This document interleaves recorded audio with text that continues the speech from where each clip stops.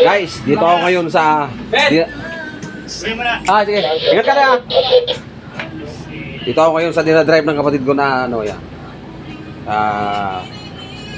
Barko. Yan. Baby barko na to eh. Diba na? Oh. Saka na malupit sa pagmaneho. Grabe oh. Nakakita nyo guys. Oh. Ito na pala makina niya no? Oh. Okay. Okay guys. Ito ako ngayon sa South Harbor.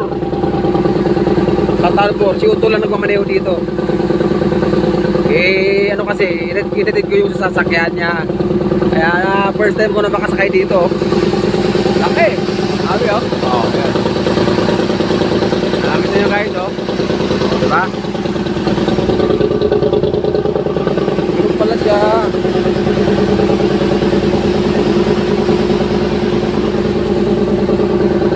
Oh. Ayan guys.